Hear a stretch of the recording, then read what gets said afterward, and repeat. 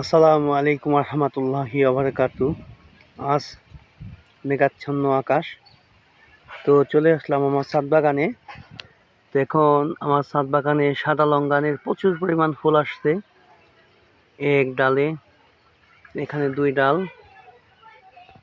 3 ডাল, 4 ডাল, 5 ডাল, 6, 7, 8, 9, 10, 11টা থোকায় ফুল আসছে আলহামদুলিল্লাহ। এখন করণীয় কি? তো এই গাছটা আমার কাছে যাবত 3 বছর যাবত আছে। তো এ পর্যন্ত কোনো ফল সেট হয় নাই। তো ফল সেট কিভাবে করা যায় আল্লাহর রহমতে, তো আপনাদের জানা থাকলে আমার কাছে বললেন।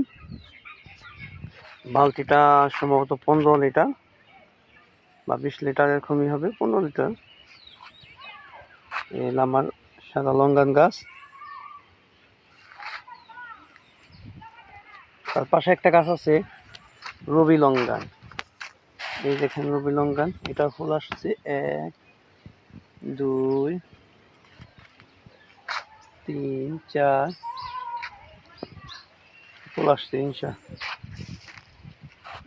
এই 2টা গাছ রবি এবং সাদা।